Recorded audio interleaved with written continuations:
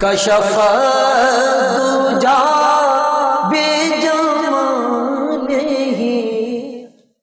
السلام علیکم ناظرین، پروگرام صبح نور کے ساتھ نذیر غازی حاضر ہے۔ ناظرین کرام، حسب معمول حضرت ابو انیس صوفی برکت علی صاحب رحمہ اللہ کی معروف تالیف اسماء النبی الکریم سے رحمت عالمین صلی اللہ علیہ وسلم کا ایک اسم مبارک، اور آج کا اسم مبارک ہے سیدنا ارجع الناس عقلا صلی اللہ علیہ وسلم۔ ہمارے سردار تمام جہاں سے زیادہ عقل مند، درود و سلام بھیجے اللہ آپ پر۔ حضرت وہب بن منبہ رضی اللہ تعالی عنہ کا بیان ہے کہ میں نے 71 کتابوں میں پڑھا ہے، ان میں لکھا پایا کہ اللہ تعالیٰ نے جب سے دنیا پیدا کی ہے اس کے ختم ہونے تک جو عقل دنیا کو دی ہے، اور جو عقل حضرت محمد صلی اللہ علیہ وسلم کو عطا کی گئی ہے ایسے ہی ہے جیسے دنیا کی عقل حضور صلی اللہ علیہ وسلم کی عقل کے مقابلہ میں تمام ریت کے ذرات میں سے ریت کا ایک ذرہ، یعنی دنیا کی تمام عقلیں جمع کی جائیں تو رسول اللہ صلی اللہ علیہ وسلم کی عقل مبارک کے مقابلے میں اس کی ایک ذرے کی حیثیت بنتی ہے، اور حضور اقدس صلی اللہ علیہ وسلم تمام لوگوں سے زیادہ عقل مند ہیں۔ ناظرین کرام، علم و حکمت کے چشمے بارگاہ نبوت صلی اللہ علیہ وسلم سے پھوٹتے ہیں۔ جب تک اس کائنات کو وہ علم و حکمت کے سرچشمے، اور میں کہوں گا کلزم رحمت، کلزم حکمت، کلزم دانش، اس سے دنیا سیراب ہوتی رہی تو دنیا ایک گہوارہ امن و رحمت تھی۔ جب سے دنیا نے وہ تعلق اپنا کمزور کیا اور اس امت نے اپنا تعلق کمزور کیا، اس کے نتیجے اس کا نتیجہ یہ ہے کہ آج ہم مختلف مصائب، آلام، مصیبتوں، پریشانیوں میں گھرے ہوئے ہیں۔ آج میں نے ایک اچھوتا مضمون جو ہے وہ اپنے اس بزم میں، اپنے اس پروگرام میں سلیکٹ کیا ہے، جو آپ کے لیے بالکل نیا ایک ٹرینڈ سمجھیں گے آپ۔ ہمارا آج کا موضوع ہے اصحاب صفہ کی علمی خدمات اور ہماری ذمہ داریاں۔ اصحاب صفہ کون تھے؟ حضور سید عالمین صلی اللہ علیہ وسلم کا تعارف اللہ تعالیٰ نے قرآن حکیم میں یوں کروایا، بسم اللہ الرحمن الرحیم، لقد من اللہ علی المؤمنین اذ بعث فیہم رسولا من انفسہم یتلو علیہم آیاتہ ویزکیہم وَيُعَلِّمُهُمُ الْكِتَابَ وَالْحِکْمَةَ۔ تحقیق اللہ تعالیٰ نے مومنوں پر احسان کیا جب انہی میں سے رسول مبعوث فرمائے صلی اللہ علیہ وسلم، جو ان پر اس اللہ کی آیات تلاوت کرتے ہیں، ان کا تزکیہ کرتے ہیں، ان کو کتاب کی تعلیم دیتے ہیں اور حکمت سکھاتے ہیں۔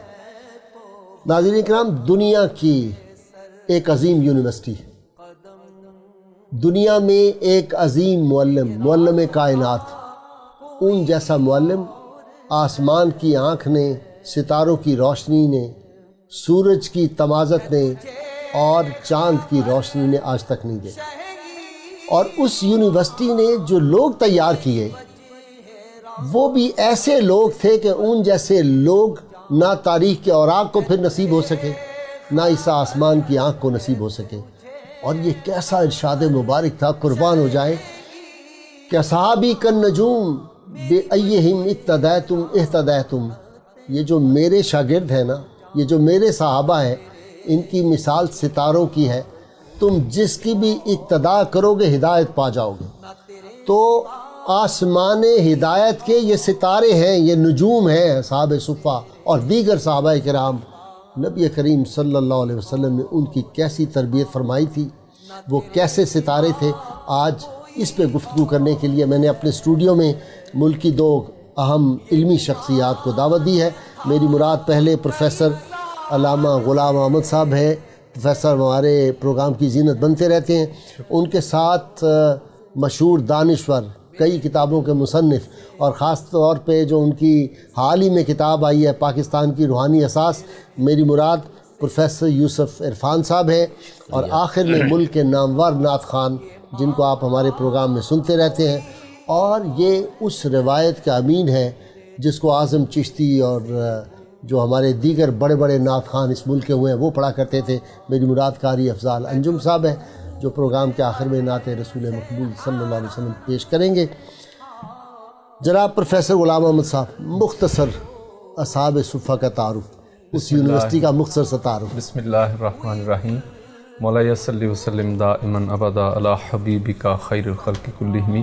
شکریہ غازی صاحب اور 92 چینل کا بھی شکریہ کہ اس اتنے اہم موضوع پر شریک گفتگو ہونے کا موقع فراہم کیا۔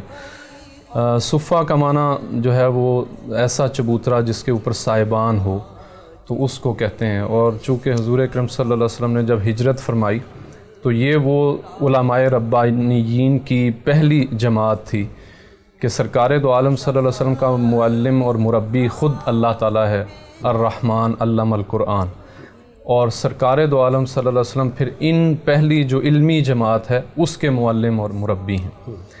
تو یہ وہ لوگ ہیں جنہوں نے ہجرت کی، اور ہجرت کرنے کے بعد جو ہے جن کا لیے کوئی مکان یا خاندان مدینہ کے اندر نہیں تھا، تو انہوں نے مسجد نبوی کے اندر جو ایک چبوترا ہے اس کو، یعنی اصل تو یہ علم کی یونیورسٹی تھی۔ ہاں جی ہاں، یہ علم کے وہ طالب تھے جنہوں نے سب دنیا چھوڑی ہوئی تھی خالصتاً علم کے لیے۔ بالکل، تو اپنے آپ کو وہاں محصور کیا، جیسے کہ قرآن نے لفظ استعمال کیا، تو علم کے قیدی بنایا اپنے آپ، سبحان اللہ، اور تربیت کے قیدی، جو قرآن کا موضوع انسان ہے اور انسانی ہدایت یہ ہے۔ ہمارے کتنے بڑے محسن ہیں، آج جو کچھ دین ہم تک پہنچا ہے یہ انہی کے توسط سے پہنچا ہے۔ تو انہوں نے پھر اپنے آپ کو یعنی پوری امت کے لیے وقف کیا، یوں کہہ سکتے ہیں کہ پوری امت، یہ وہ پہلی جماعت ہے جنہوں نے وقف کیا، جنہوں نے امت کے لیے اپنے آپ کو وقف کر۔ اچھا پروفیسر یوسف عرفان، یہ فرمائیں علمی جہت کیا تھی؟ بنیادی طور پر اس کی علمی جہت سمجھنے کے لیے آپ کو اسلامی طرز تعلیم یا نظام تعلیم کی بنیاد سمجھنا پڑے گی، اور یہ بنیاد بھی بنیادی طور پر اس وقت سمجھ میں آتی ہے جب دیگر نظام ہائے کائنات یا دنیا کے سامنے رکھے جائیں، different system of education vis-a-vis اسلامی سسٹم آف ایجوکیشن۔ اسلام کی تعلیمی بنیاد جو ہے اقرا بسم ربک الذی خلق، سبحان اللہ، کہ ریڈ ود ریفرنس ٹو اللہ۔ اب انسان تو یہاں آ گیا، اس نے جس طرح بیہیو کیا، رومن امپائر تھی، پرشین امپائر تھی، اور جو ظلم و ستم تھے، خود مکہ کی سوسائٹی میں جو ظلم و ستم تھے، تو یہ تہذیب وہ ہے جو انسان کو مادہ پرستی سے بلند کرتی ہے۔ چیز دین برخاستن از روئے خاک، تاز خود آگاہ گردت جانے پاک۔ یہ وہ اصحاب صفہ ہیں جنہوں نے باقاعدہ اللہ کے رسول صلی اللہ علیہ وسلم سے تربیت پائی، ان کی سنت کو، ان کے عمل کو، ان کے قول کو اپنے سامنے دیکھا، اور ان سے ہدایت کے لیے سوالات کیے۔ یہ دنیا کی پہلی یونیورسٹی تھی، اور اب تک مؤثر ترین یونیورسٹی ہے، کیونکہ اس کی بنیاد آبجیکٹیو اپروچ تھی، آبجیکٹیوٹی تھی، جو انسان کو انسان بناتی ہے، ظالم نہیں بناتی، متعصب نہیں بناتی۔ اور تیسرا یہاں یہ تھا انسانیت کے لیے محبت، انسانیت کے لیے خیر ہی خیر۔ اور اس میں 3 جہتیں تھیں۔ ایک تھی خود شناسی، سبحان اللہ، کہ ہم کیا ہیں۔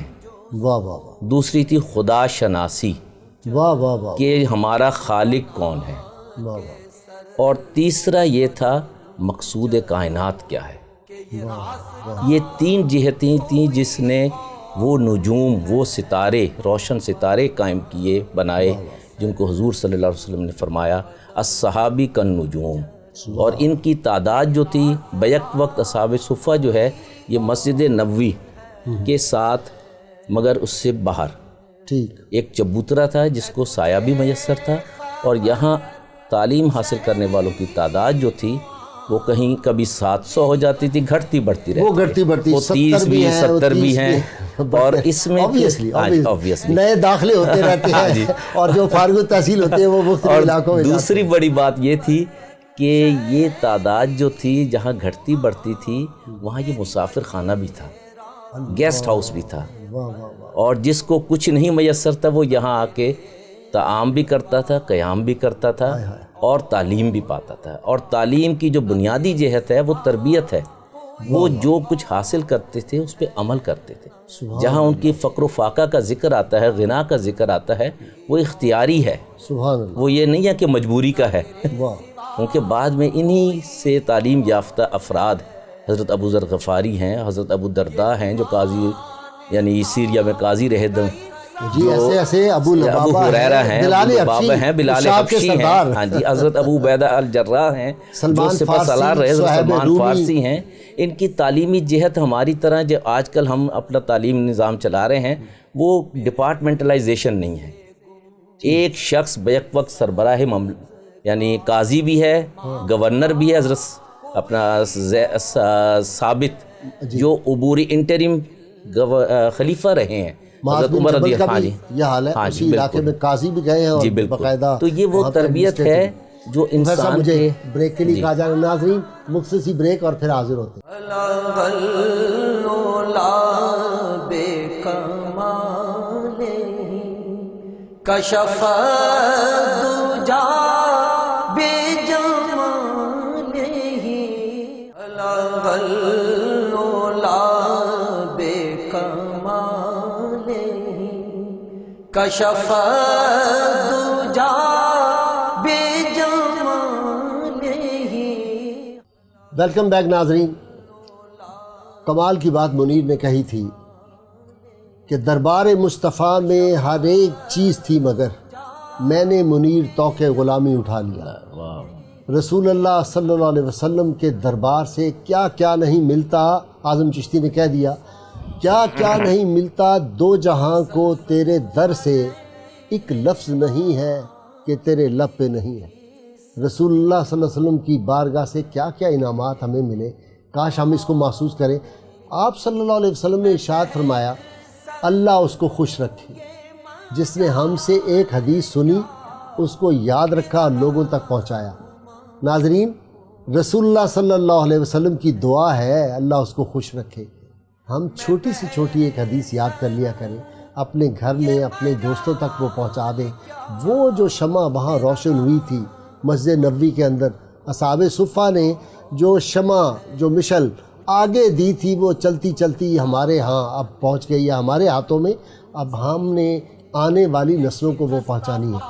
پروفیسر صاحب اصحاب صفہ کی علمی خدمات، سبحان اللہ، قربان جائیے، جو کچھ آج ہم تک پہنچا ہے دین یہ انہی کے واسطے سے پہنچا.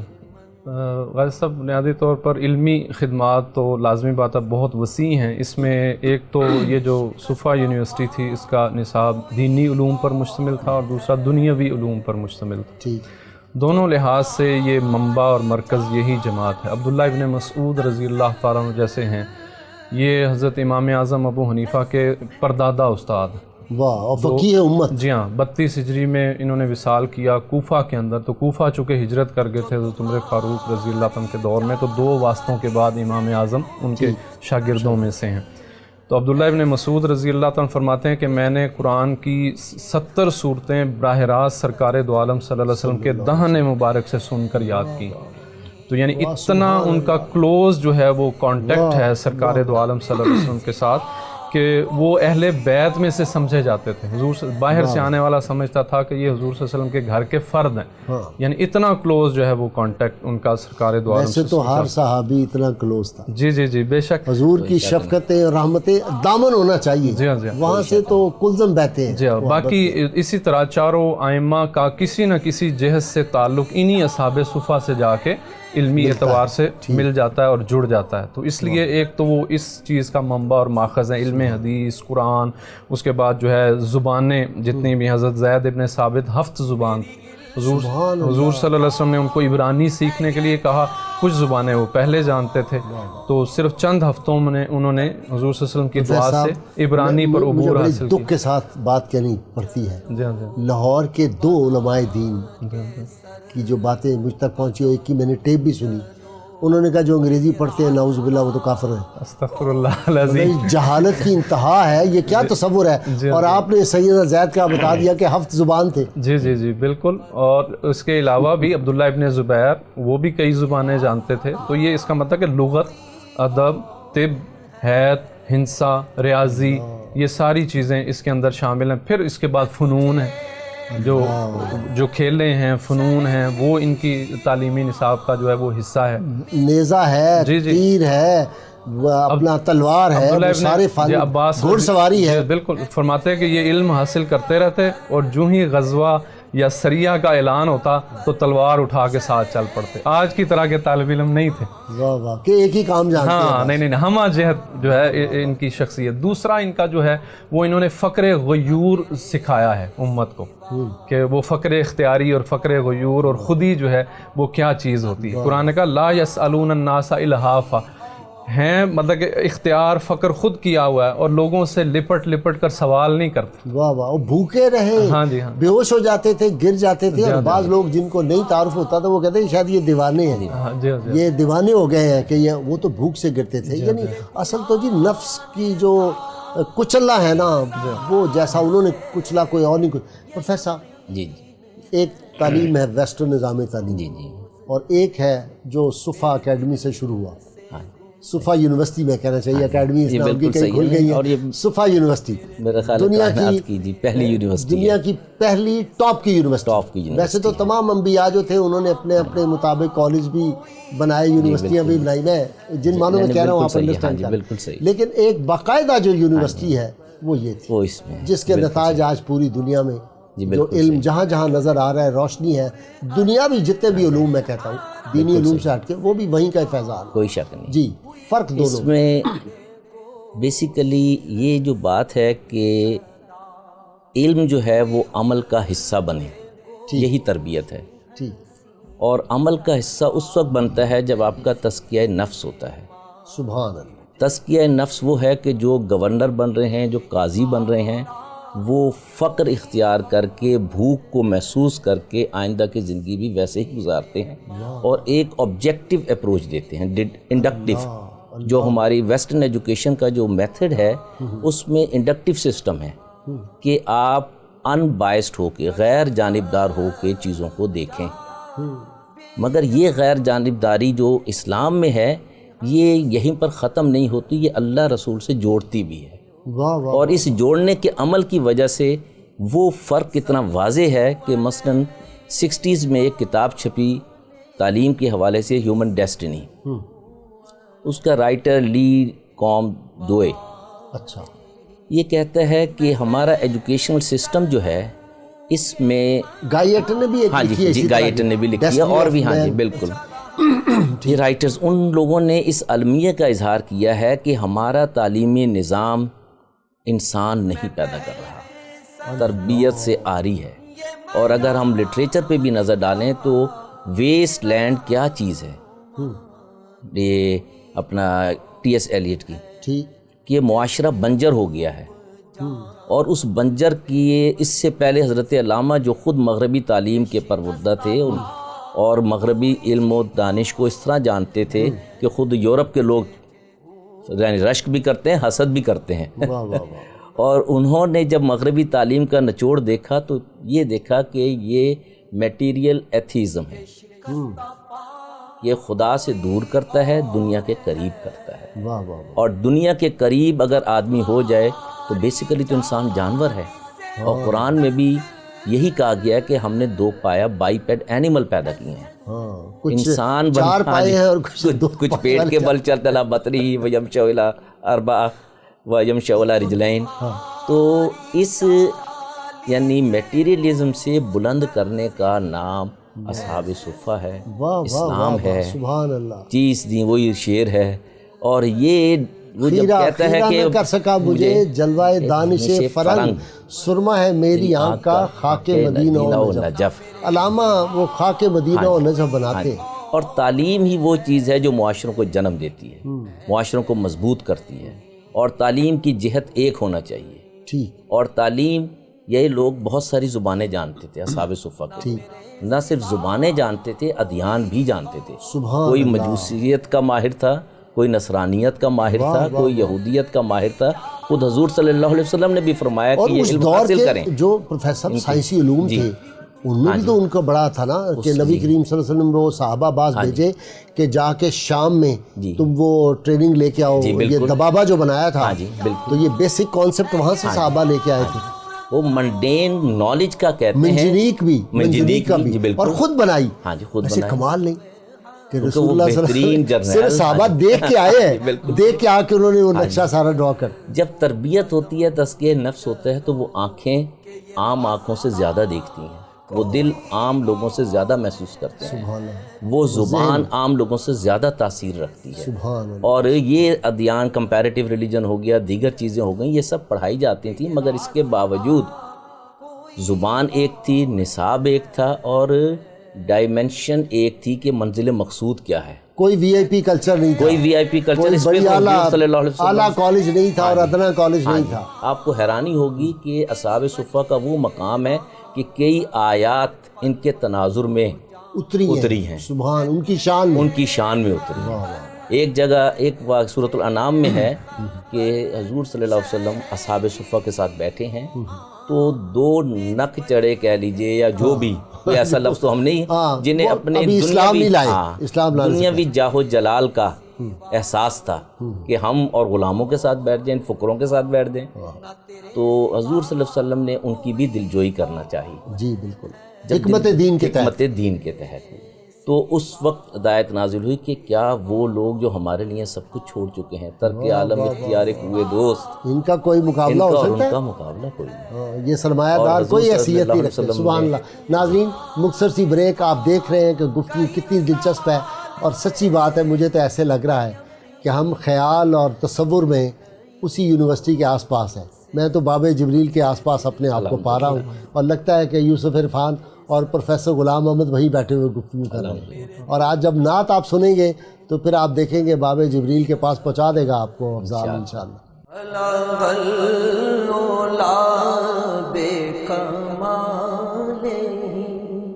کشف دجا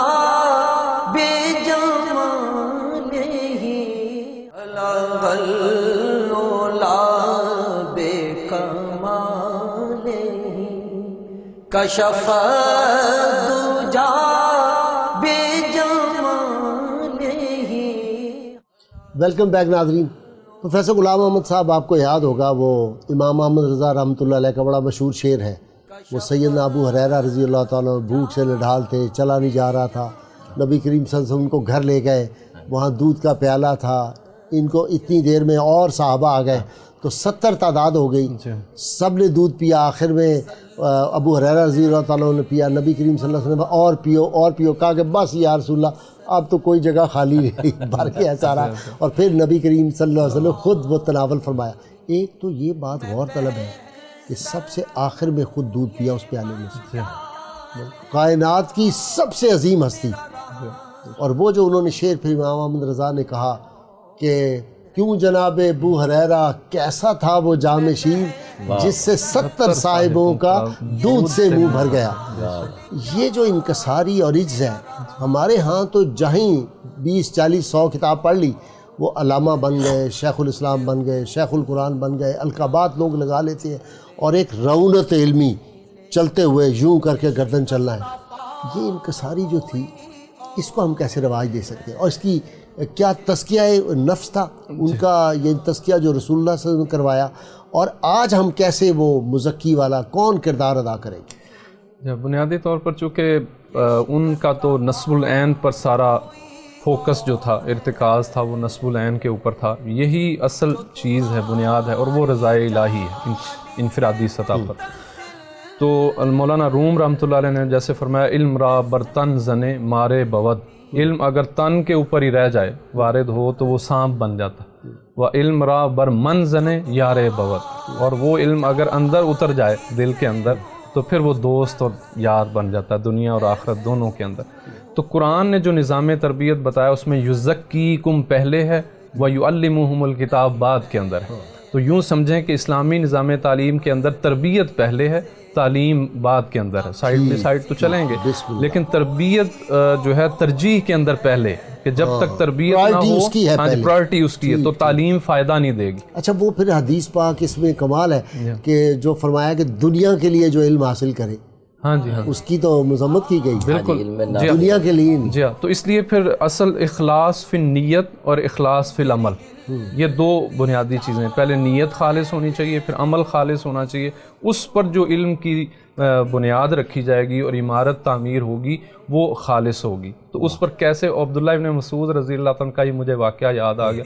وہ درخت پر چڑھے مسواک اتارے تھے اور سرکار دو عالم صلی اللہ علیہ وسلم اور صحابہ نیچے کھڑے تھے. تہمت باندھا ہوا تھا تو پتلے تھے بدن کے عبداللہ ابن مسعود رضی اللہ تعالیٰ. تو وہ ٹانگیں نظر آئیں تو صحابہ مسکرائے دیکھ کے. تو انہوں نے کہا یہ پتلی پتلی ٹانگیں. حضور صلی اللہ علیہ وسلم نے فرمایا تم اس کی پتلی ٹانگیں دیکھ کے مسکرا رہے ہو، پل صراط پر اس کی رفتار دیکھنا وہ دیکھنے والی ہو. واہ سبحان اللہ. کیا عمل کے نمونے جو ہیں ہائے ہائے ہائے اور کیسے لوگ تھے. اور پھر فرمایا کہ یہ تابعین نے جنہوں نے ان سے علم حاصل کیا، ان کا تمام صحابہ کرام کا علم جو ہے وہ 6 صحابہ کے اندر بند ہے.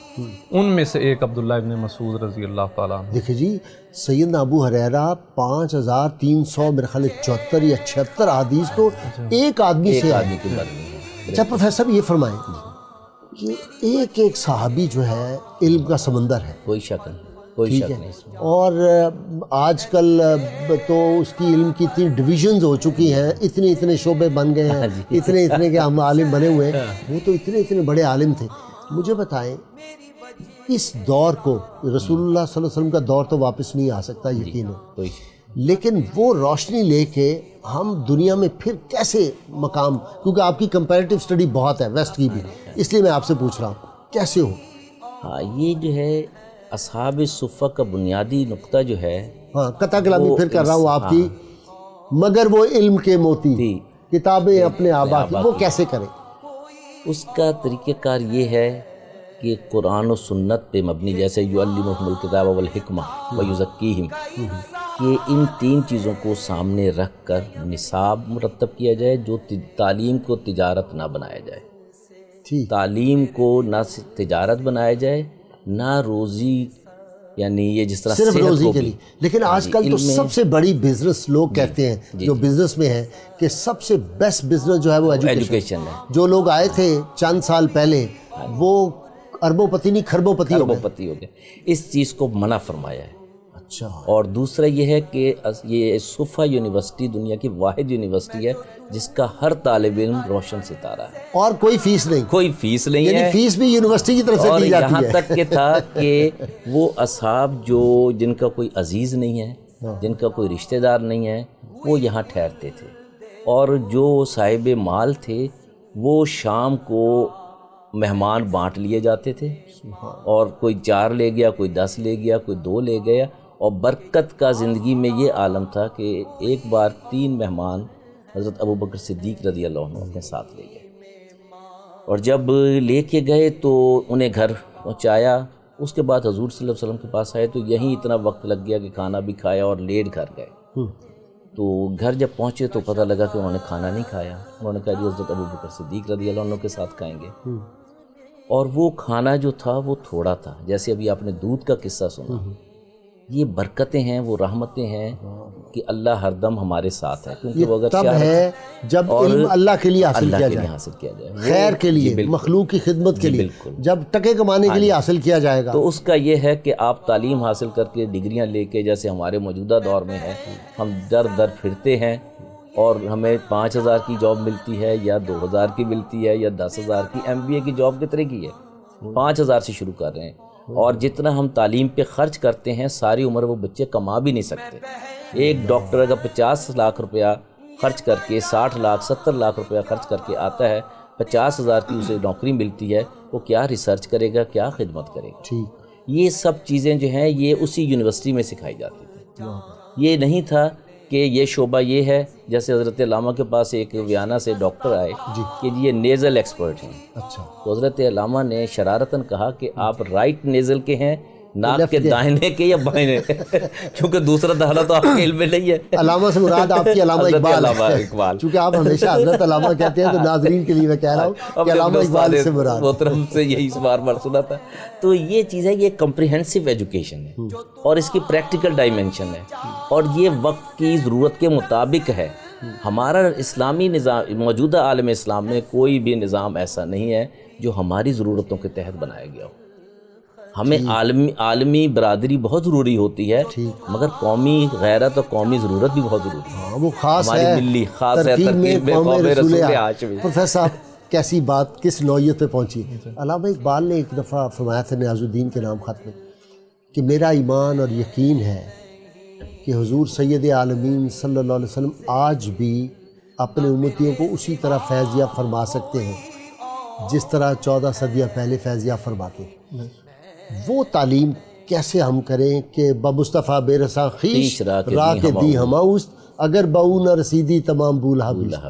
اس طرف ہم جائیں گے تو پھر روشنی, علم, تزکیہ, حکمت, دانائی, دانش, ورنہ تو ہم پیسوں میں. اور آپ نے تو اس میں بار بار فرمایا, اصحاب صفا کو بھی آپ نے ایک دفعہ فرمایا تھا کہ جب انہوں نے کہا کہ بہت بھوک لگی ہوئی تھی کہ ایک دور آئے گا تمہارے پاس یہ ایک پیالہ سالن کا نہیں کئی پیالے ہوں گے اور تمہارے لباس جو ہے یہ کعبۃ اللہ کے پردوں کی طرح بڑے قیمتی لباس بھی ہو جائیں گے.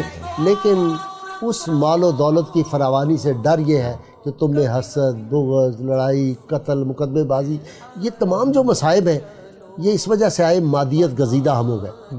وہاں کیسے پہنچے؟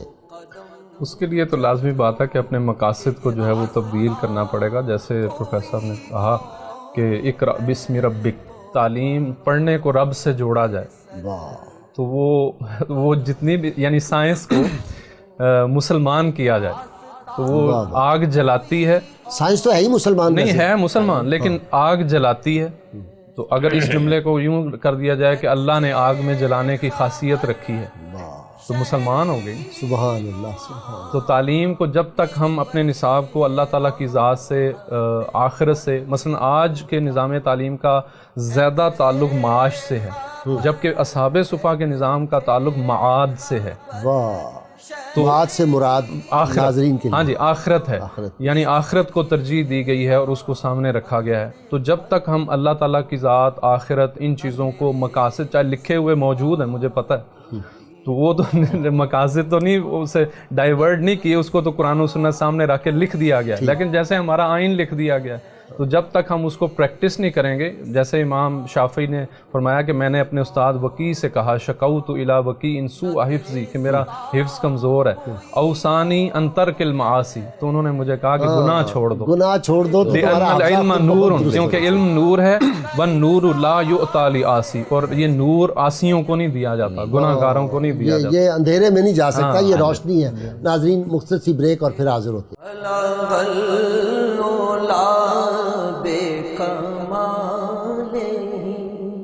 کشف دجا بے جمالہ الغلا بے کمالہ کشف دجا بے جمالہ. ویلکم بیک ناظرین. پروفیسر یوسف عرفان صاحب جی, یونیورسٹیوں میں ہم رومی پڑھاتے تھے, ہم سعدی پڑھاتے تھے, ہم اقبال پڑھاتے تھے, ہم حدیث لوگوں کو یاد کراتے تھے, قرآن حکیم کی آیات جب ہم اور آپ پڑھتے رہے اسکولوں میں تو ہمیں کتنی صورتیں تو ویسے یاد ہو جاتی. کوئی شک نہیں. اب ماشاءاللہ جو لوگ ٹاپ پہ پہنچتے ہیں, کابینہ میں کسی کو قل واللہ نہیں آتی, کسی کو لام شریف نہیں آتی. یہ زوال کیوں, اور اس زوال کو ہم کیسے بدلیں؟ ہاں, اس زوال کا یہ نہیں ہے کہ یہ لوگ قل اللہ کا نام نہیں جانتے, قرآن نہیں جانتے. قرآن ان کے زبانوں سے نیچے جا نہیں رہا. اللہ, زبان کے نیچے جاتا تو انہیں محبت بھی پیدا ہوتی اور ان کی زندگی میں اس کا جلوہ بھی نظر آتا. یہ ملفوظات حضرت نظام الدین اولیاء رحمۃ اللہ علیہ نے ایک جگہ لکھا ہے کہ بو علی سینا, یہ ایک بزرگ کے پاس گئے ملنے, غالباً ابو سعید ابو الخیر کے پاس. ہاں جی بالکل ٹھیک. تو انہیں پھر یہ بھی شوق تھا کہ میری ملاقات کے بعد کمنٹس کیا ملتے ہیں. تو ان کے سامنے تو کچھ نہیں کہا. انہوں نے ایک ان کے حلقہ احباب میں کہا کہ جو حضور میرے بارے میں جو بزرگ فرمائیں وہ مجھے لکھ بھیجنا. اور بزرگوں نے کوئی ذکر بھی نہیں کیا کہ کوئی شخص ملنے بھی آیا تھا, جبکہ اتنا نام کے یعنی طب میں یہ عالم کے بظاہر مردوں کو زندہ کر دینا, بالکل پوری دنیا میں, پوری دنیا میں, اور آج تک ہے, آج تک ہے. کیا ان کو کیا کہتے ہیں؟ ابو علی سینا, ایویسینا. تو اسی طرح کے ڈھیروں نام ہیں. جو قرآن کیونکہ سائنس کی کتاب بھی ہے, قرآن دانائی کی کتاب بھی ہے, قرآن عمل کی کتاب بھی ہے, قرآن ہدایت کی کتاب بھی ہے, قرآن انسانیت کی کتاب بھی ہے, قرآن کائنات کی ہر چیز کو لپیٹتی ہے. سبحان اللہ, محیط ہے. واہ واہ واہ. تو جب وہ ان سے پوچھا کہ حضور اتنے بڑے بزرگ آپ سے ملنے آئے تھے ابو علی سینا, تو آپ نے کیسا پایا؟ تو اور کچھ آپ نے گفتگو بھی نہیں کی ان کے بارے میں. تو انہوں نے کہا کہ ابو علی سینا مکارم اخلاق نہ دارد, کہ ابو علی سینا اخلاق کے حامل نہیں ہیں. انہوں نے یہ رکا لکھ دیا. ابو علی سینا نے جواباً لکھا کہ حضور میری اتنی کتابیں تو اخلاقیات پر ہیں. تو انہوں نے فرمایا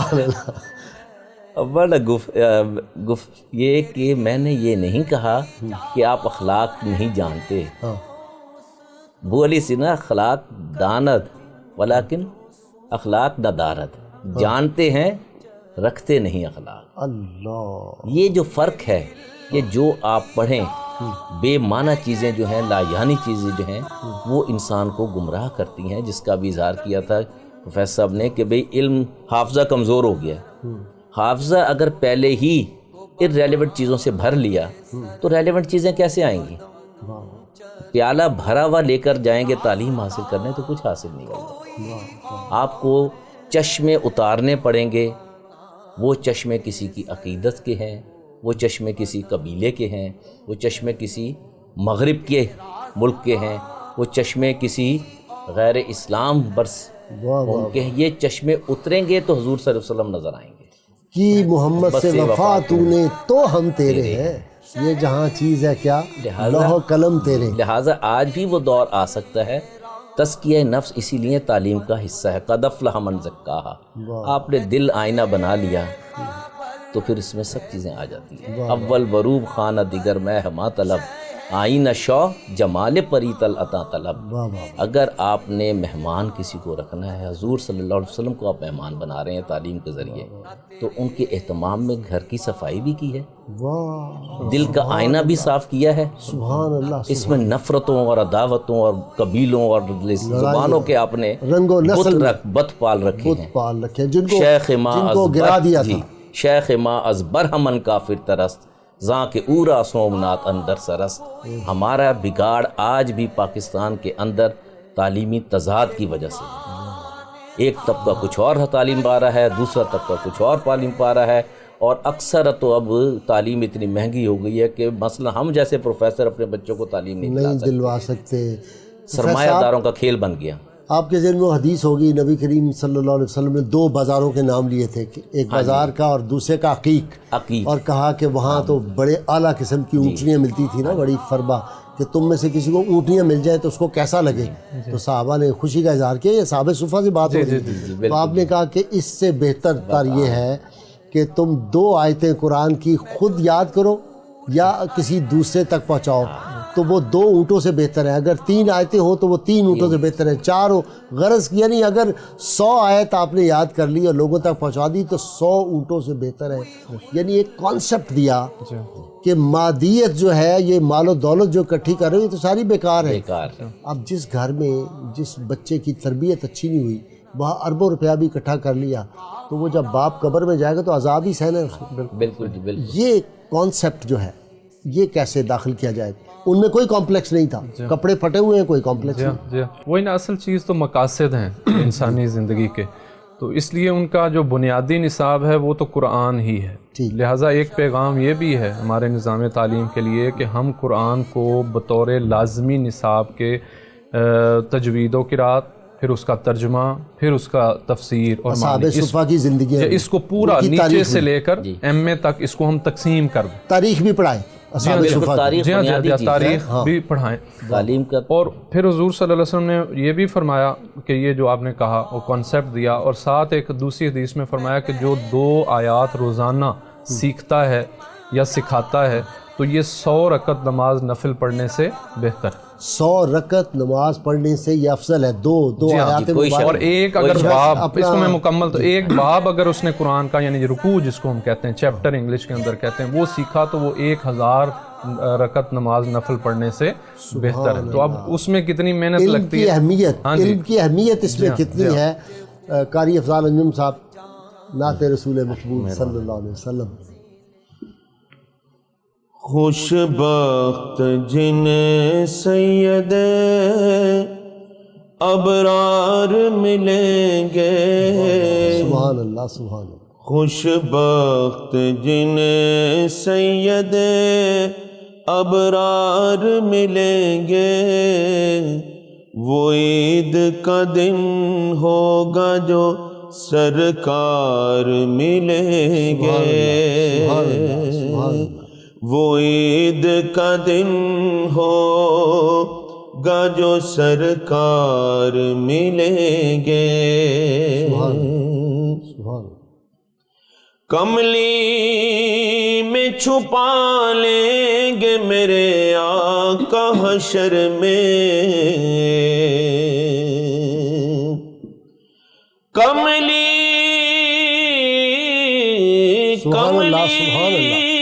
میں چھپا لیں گے میرے آقا حشر میں، ہم جیسے انہیں جو بھی گناہ گار ملیں گے،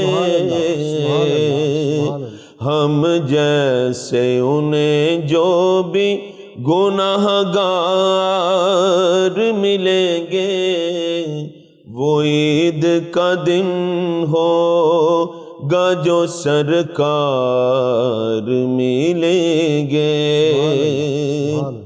اصحاب سے الفت تو ذرا آپ کی دیکھو،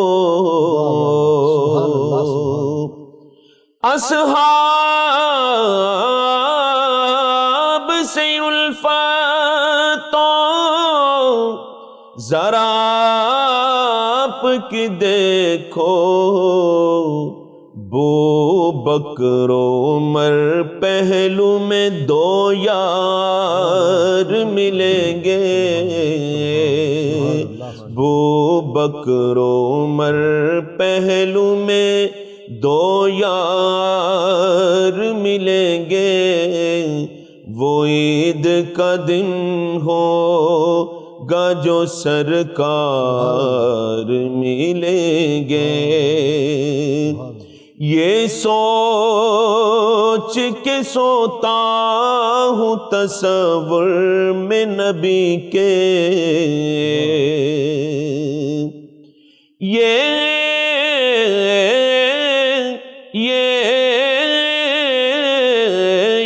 سوچ کے سوتا ہوں تصور میں نبی کے، اس رات مجھے خواب میں سرکار ملیں گے، اس رات مجھے خواب میں سرکار ملیں گے، وہ عید کا دن ہوگا جو سرکار ملیں گے۔ واہ واہ، آج کے ٹاپک کے مطابق ہی آپ نے نعت سنا دی قاری افضال انجم، بہت شکریہ آپ تشریف لائے۔ پروفیسر غلام محمد صاحب، ہمارے پاس وقت محدود ہوتا ہے اور خیالات کی دنیا اور علم کی دنیا بڑی وسیع ہے، میں آپ کا شکر گزار ہوں آپ تشریف لائے۔ پروفیسر یوسف عرفان صاحب، آپ کا بھی بہت شکریہ، اور انشاءاللہ مجھے امید ہے اور یقین ہے کہ آپ ہماری اس محفل کی رونق بنتے رہیں گے۔ ناظرین کرام، کتاب الشفا سے روز نسخہ آپ کی خدمت میں پیش ہوتا ہے۔ سورہ فاتحہ روزانہ 111 بار پڑھ کر اگر کوئی قیدی شخص اپنی بیڑی اور ہتھ کڑی پر دم کرے تو اللہ تعالیٰ کے فضل سے رہائی کے کچھ نہ کچھ اسباب یقیناً پیدا ہو جائیں گے۔ آخر میں سیدنا علی المرتضیٰ رضی اللہ تعالیٰ عنہ کا قول مبارک فرمایا، داناؤں اور عقل مندوں کی صحبت اختیار کرو اور بردبار لوگوں کی مجالس میں بیٹھا کرو، دنیاوی اغراض سے دور رہا کرو تاکہ قیامت کے دن جنت الماوا میں جگہ مل سکے۔ ہمارے پروگرام کا وقت ختم ہو رہا ہے، نذیر غازی کو اجازت دیجیے، کل انشاءاللہ پروگرام صبح نور میں آپ سے ملاقات ہوگی۔ اللہ حافظ۔